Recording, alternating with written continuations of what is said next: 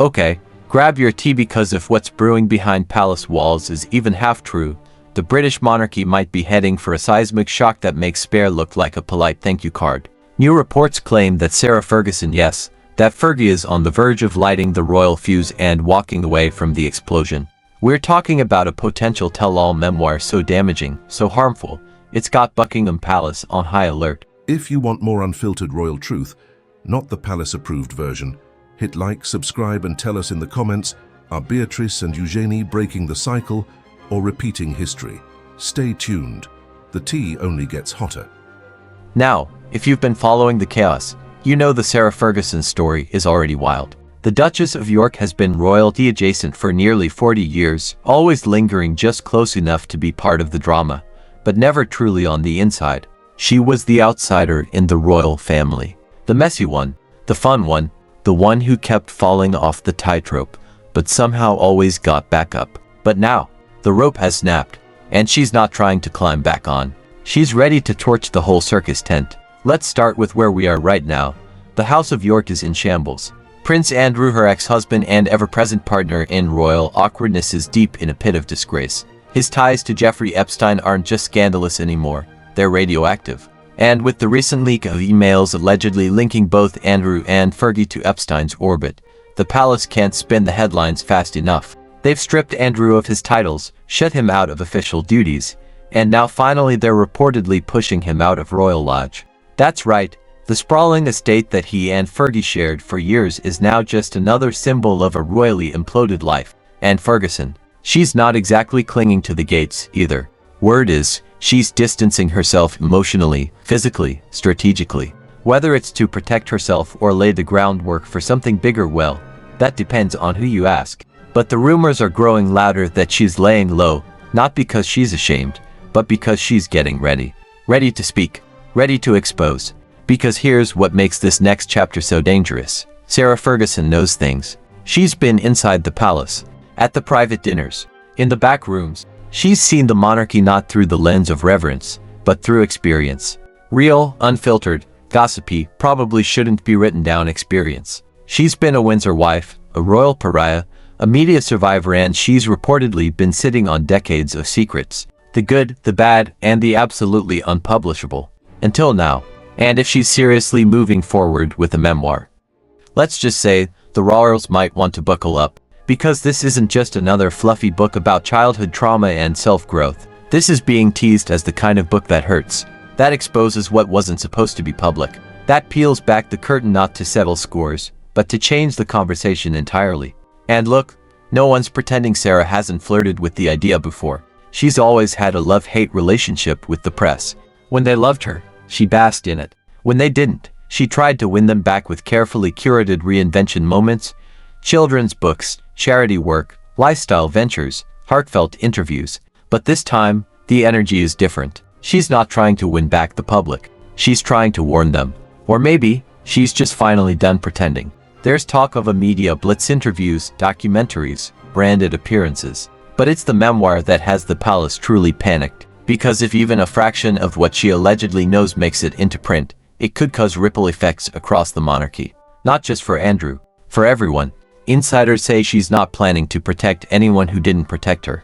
And when you consider how the firm iced her out in the years after her divorce, how they publicly distanced themselves, cut her out of royal events, and left her out in the cold even as she remained loyal to Andrew, you can see why she might feel justified in going scorched earth. And honestly, can you blame her? Sarah has spent the last 25 years clawing her way back from scandal after scandal. From the infamous toe-sucking tabloid photos to financial disasters to selling access to Andrew on hidden camera, she's made every mistake and eaten the consequences. Public humiliation. She's done the full buffet.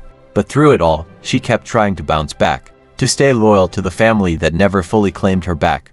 And now that the last of that loyalty has been shattered, well, she might finally be ready to rewrite the story. Her story.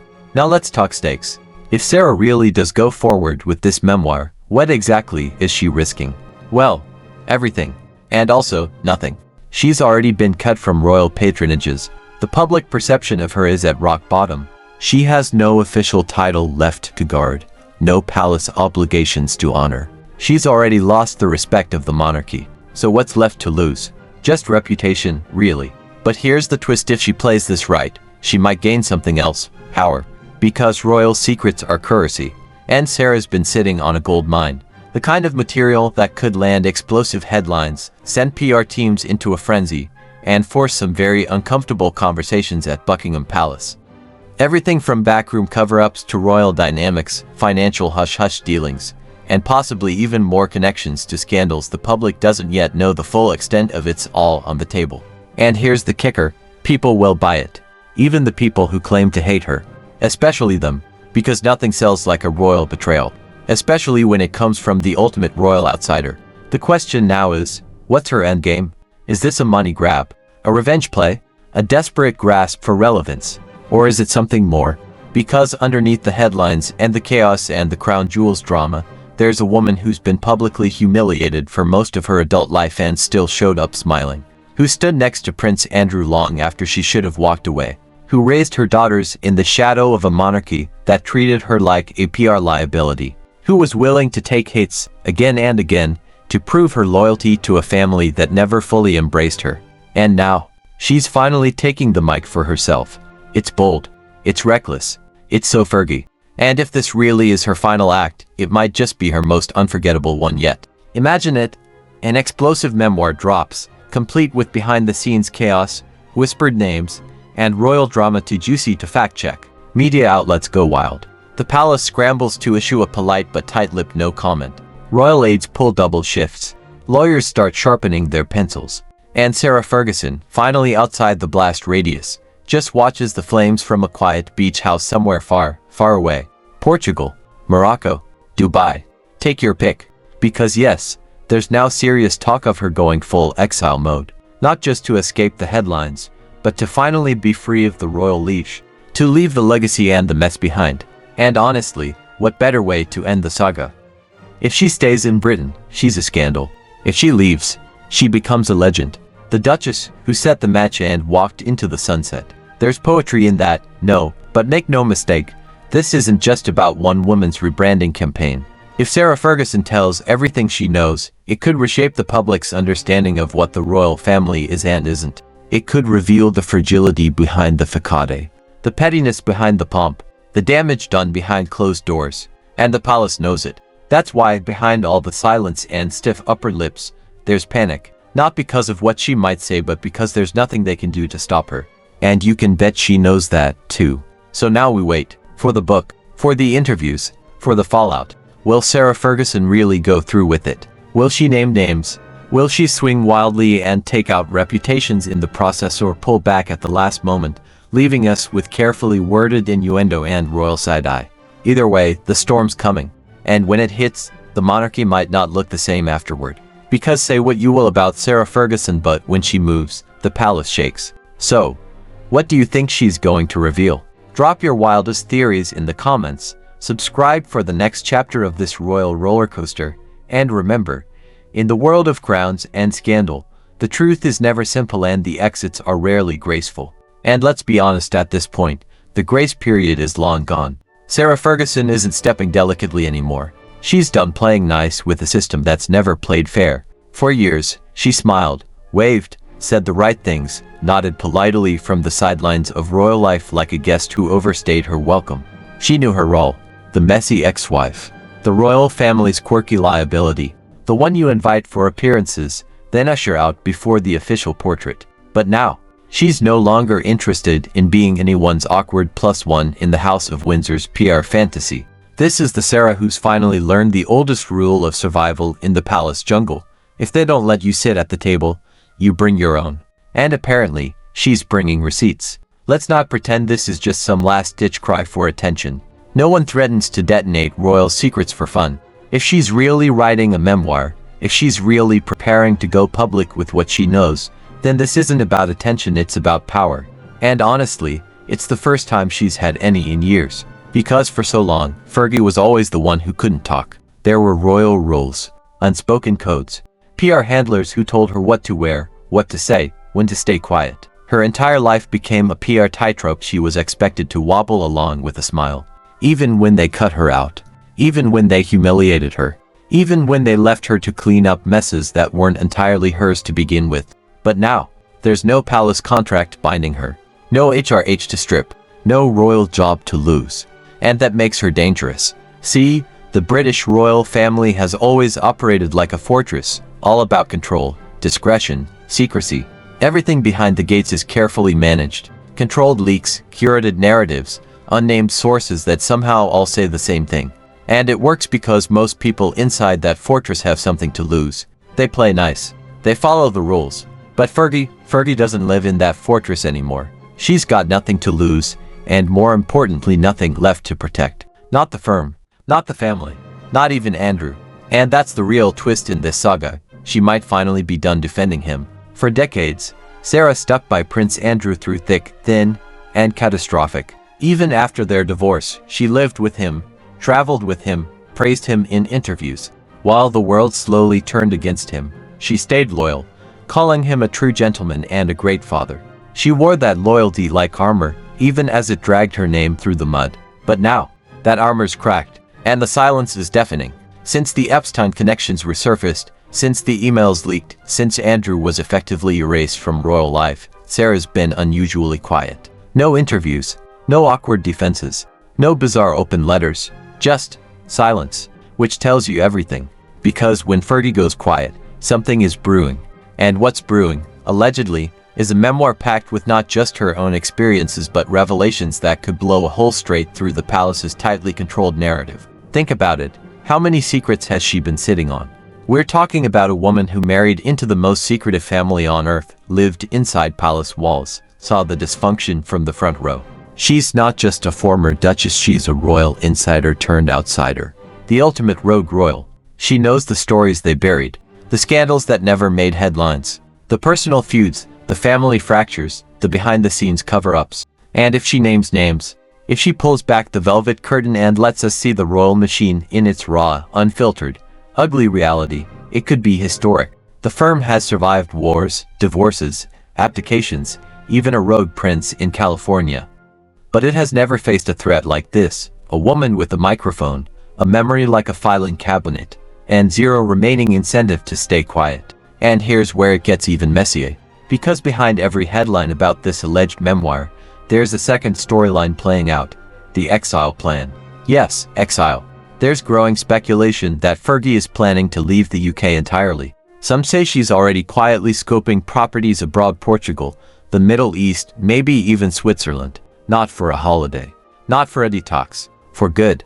And the timing? Suspiciously aligned with the looming memoir Bombshell. Think about it. Release the book. Set off the media firestorm. Watch the palace scramble. Then vanish. No interviews. No follow-ups. Just smoke and silence. It's almost cinematic. But let's not romanticize it too much because behind the drama is a woman who's clearly at the end of her rope. This isn't just some revenge plot or PR stunt. This feels like the desperate endgame of someone who's been pushed, dismissed, mocked, and minimized for decades and has finally had enough. It's not about fame anymore. It's about agency. She wants to tell her side. Fully. Brutally. With no palace-approved edits, no ghost-written platitudes, no staged photo ops in Windsor Gardens. And whether you love her or can't stand her, there's something undeniably powerful about that. But let's not pretend this won't get ugly. Because if Sarah Ferguson tells the truth, the real truth about what goes on behind royal walls, the firm won't just retaliate. They'll try to erase her. Not literally, of course. But the reputational machine will go into overdrive. Strategic leaks. Character assassination. Old scandals dredged up like cursed relics. They'll paint her as unstable, bitter, irrelevant. A woman scorned. They'll question her motives, her memory, her morality. And if that doesn't work, they'll ignore her. Pretend the book doesn't exist. Hope the media gets bored and moves on. But here's the problem. People won't move on. Because the public lives for this stuff. Especially when it involves royals. We've seen it with Diana. With Meghan. With Harry. Once the truth starts dripping out, the thirst becomes insatiable. One quote turns into a headline. One headline turns into a week-long media frenzy. And before long, the story takes on a life of its own. And if Fergie's memoir actually names other royals, if she dares to criticize or even hint at tensions with the Queen, King Charles, Camilla, or William, it'll be open season. The British press might hate her, but they'll also feast on her words like it's Christmas dinner. Every quote will be dissected. Every chapter spun into a controversy. She'd be both villain and oracle, depending on who's reading. And let's not forget she's very aware of that dynamic. Because at the end of the day, Sarah Ferguson knows how to play the game. The difference is, this time, she's not playing it to stay in. She's playing it to burn it down. So, what comes next? Well, if reports are true, the memoir is already being pitched or written. Maybe even sold. The publishers are circling. The lawyers are sweating. And the palace is praying for a miracle. But miracles don't come cheap. And this one, it's going to cost the royal family a lot more than money. Because once you open the vault, once those secrets are out, there's no closing the door again. The royal family has always relied on mystery to maintain its power. But mystery only works when everyone stays silent. And Fergie, she's not staying silent anymore. So, what do you think she's going to reveal? Is this the beginning of her final act or the spark that ignites the next royal inferno? Will this book be her redemption or her ruin? Or both? Whatever happens, one thing's for sure. When the Duchess of York picks up a pen, Buckingham Palace better brace for impact. Because this time, Sarah Ferguson isn't just telling her story. She's rewriting theirs. And no crown is safe. So hit subscribe, drop your wildest predictions in the comments, and stay tuned because the next chapter in this royal disaster isn't just scandalous. It's inevitable. And you can almost feel it, can't you? That eerie calm before the royal explosion. Somewhere in a quiet study, Sarah Ferguson is probably tapping her pen on a notepad, staring at years of secrets that could change everything. Every detail, every whispered conversation, every time she smiled through humiliation, it's all sitting there, waiting to be written. The palace is reportedly tightening its circle, desperate to plug leaks before the dam breaks. But how do you contain someone who's been watching from the sidelines for decades, memorizing every crack in the royal facade? This isn't just about gossip anymore. It's legacy versus liberation, the monarchy fighting to stay untouchable, and a woman daring to touch everything they told her not to. Because if Sarah really goes through with this, if she opens that vault and lets the ghosts out, there's no going back. No polite dinners, no former Duchess redemption tour, no gentle forgiveness from the crown. It'll be scorched earth. And maybe that's exactly what she wants. Because sometimes, when the palace won't let you back in, you don't knock. You light a match, walk away, and let the whole place finally. Thanks so much for watching. If you made it all the way to the end, you're officially part of the small percentage of people who don't just click away, and that means a lot. Before you go, I'd love to hear from you. Drop a comment below and tell me your thoughts, your ideas, or even what you'd like to see next. I read every single one of them, and your feedback genuinely shapes the direction of this channel. If you enjoyed the video, tap that like button. It tells YouTube this content is worth sharing. And if you haven't already, hit subscribe and turn on notifications so you don't miss the next upload. We've got more exciting videos coming, and trust me, you'll want to be here for them. This channel is just getting started, and your support helps it grow faster than you realize. Thank you again for spending a part of your day here with me. Stay curious, stay motivated, and as always, take care of yourself. Until next time, I'll see you in the next video.